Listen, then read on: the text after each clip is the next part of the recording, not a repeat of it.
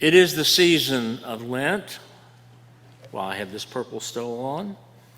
A time when we give particular emphasis to journeying within ourselves, examining what we find there and confessing accordingly. Sometimes it's good not only to confess to God and to ourselves, but to each other. So I've decided to begin today's sermon with sharing some things with you about myself. Then you'll have a chance. Kidding. Some of the things about me you already know. I can be classified as privileged for a number of reasons. I'm male, white, heterosexual, educated, and wealthy when compared to a good portion of the world. Not that I want you to cut my salary. The moment I was born, I had some advantages that many never had and never will have.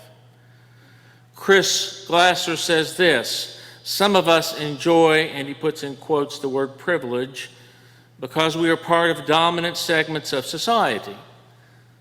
Class, race, gender, sexual orientation, gender identity, etc. He goes on to say this: and some of us enjoy privilege because we are part of dominant segments of church, hierarchy, clergy, lay leaders, etc.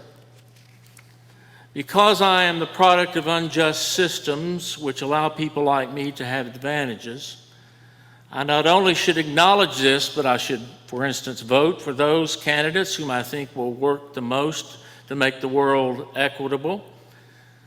Even more than that, I should act in ways that promote justice. I make a further confession: I haven't done nearly enough of that. I confess these things about myself not just because it's a season of Lent, but also because we are considering becoming a Just Peace church. And part of what that means is that we will emphasize the privileges that those like me have. I point out that it's a bit unfortunate that it is called Just Peace, because the word just can also mean only.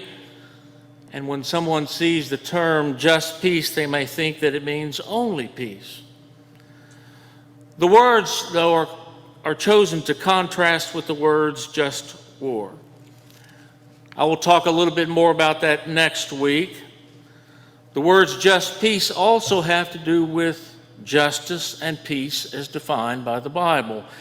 And even though on the surface terminology may be a bit confusing, this isn't reason to reject the call to be a Just Peace church. How did the term and idea of just peace arise in our denomination? In 1985, the 15th General Synod of the UCC, United Church of Christ, issued a pronouncement that affirmed our denomination as a Just Peace church. As the 1985 pronouncement says it, just peace can be identified as the interrelation of friendship, justice, and common security from violence. 2015 marked the 30th anniversary of this pronouncement. That year, the General Synod issued a resolution recommitting the UCC to be a Just Peace church. Justice and peace go hand in hand. But I'm going to focus on justice today and peace next week. The prophets of Hebrew Scripture proclaimed and stood up for justice, the biblical concept of addressing unjust systems. Jesus did too, so as followers of Jesus, we are called to do the same. As the church, we are called to be countercultural. We do so by promoting justice. The 1985 pronouncement speaks of justice in a number of areas. It speaks of the right of every person to have these things: food and clean water, which I have; adequate health care, which I have; decent housing, which I have; meaningful employment, which I have; basic education, which I have; freedom of worship and religious expression, which I have. The 1985 pronouncement also calls for the protection of rights with regard to race and gender and sexual orientation, religion, or national or social origin and gender identity. One thing that strikes me about all of this is that the emphasis is on this life, not the afterlife. Does the Bible say anything about the afterlife? Yes, but there is far, far more emphasis on making this world a better place for all of God's children. In other words, there's an emphasis on justice. These things that I've just mentioned are some of the examples of things we are called to do if we're going to promote justice. As I said, the prophets of Hebrew Scripture proclaim the call to justice. And Micah, whose words we have heard today, was one of those prophets. Micah 6 features a courtroom drama. The prophet Micah is the narrator. God is the injured plaintiff. Israel is the defendant. The judges are the mountains, hills, and the foundations of the earth.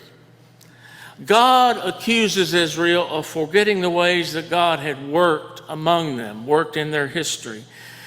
The most significant way that Micah 6 says that God worked in the life of Israel was the Exodus, rescuing them from slavery in Egypt. Now, I do have some issues, as many of you probably do too, with the way that it is portrayed in Scripture, specifically how the deaths of so many Egyptians are attributed to God. But we can say that God does want freedom for all people. That's the overarching message of the Exodus. Not only had Israel developed amnesia, but Micah 6 points out that worship alone was not enough. We heard how it is worded. I repeat it. With what shall I come before God, and how shall I bring myself before God on high? Shall I come before God with burnt offerings, with calves a year old? Will God be blessed with thousands of rams, with 10,000s of rivers of oil? Shall I give my firstborn for my transgression, the fruit of my body for the sin of my soul? I point out, in the latter part you may have noticed, it mentioned child sacrifice, but this was strictly forbidden by the Bible. But there are some records of it happening in Israel. But the words are hyperbole, an overstatement to make a point. Micah says worship does not matter if you do not do justice and love kindness and walk humbly. To love kindness, for example, means affection and ethical love of others. Perhaps you have heard these words before. They've been attributed to Henry James. 3 things in human life are important. The first is to be kind. The second is to be kind. And the third is to be kind. To walk humbly with God means to acknowledge that God is above all, to give ourselves to God. It is reverence of God and openness to God combined with personal integrity and honesty. And the one that we are emphasizing today, to do justice, in the Hebrew Scripture, it means to have fairness in the courts as well as having equity in human relationships. All of creation is unified. So the practice of justice needs to embrace both human and non-human life. It includes caring for the earth. Throughout the book of Micah, we hear that justice was not being practiced. There were unjust systems that were keeping some people down. It sounds familiar. The Just Peace pronouncement of 1985 calls attention to injustice in the world and our call to promote justice. Now, I point out something that I think is important, and that is we aren't required to embrace every part of the Just Peace pronouncement that the General Synod of the UCC made in 1985 in order to be a Just Peace church. The same holds for the 2015 resolution. What we are called to do if we decide to become a Just Peace church is embrace the spirit of the pronouncement and the spirit of the resolution. Now, you can look at both of these on our denomination's website, ucc.org, and search for Just Peace, and you'll find it there. Because of our polity, that is our church government in the UCC, congregations are not obligated to embrace this identity. But if we decide to approve what's called a covenant statement that our Just Peace Exploration Committee is putting together, we will become a Just Peace church. On the other hand, if we don't approve it, we will have decided that at this juncture in our history, we feel that we aren't called by God to be a Just Peace church. But if we pass it, the statement should not simply be words on paper. They will help guide our actions as we seek to live them out. As we face decisions about whether a particular action is just and peaceful, we can look to our covenant statement to guide us. Also, if we approve the statement, it will appear on our website.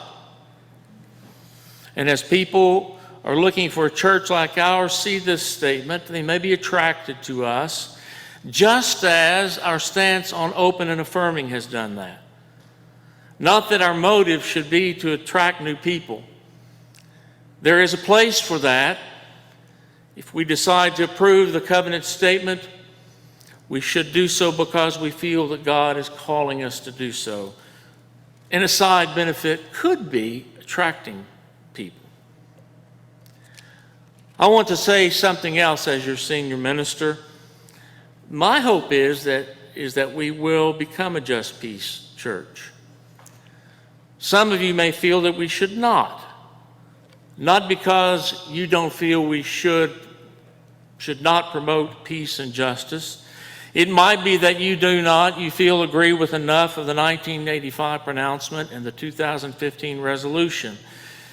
It is fine if we don't agree. I cite an important statement in the 1985 pronouncement. It says this: we call for churches to establish the climate where all points of view can be respected and all honest feelings and opinions shared in the search of new answers and directions. One of the things that I like about our denomination is that there is room for differences of opinion on a host of issues. This is not to say that all options on every topic are valid. Racism and sexism and homophobia and transphobia, as well as other things, in my opinion, are wrong. But there are a whole bunch of issues where it isn't cut and dry. It would make life a lot easier if it were cut and dry, but it would also make it less interesting. So as we move forward on our conversation in the weeks ahead, let's celebrate our different perspectives, if we have them, and give thanks to God for each other.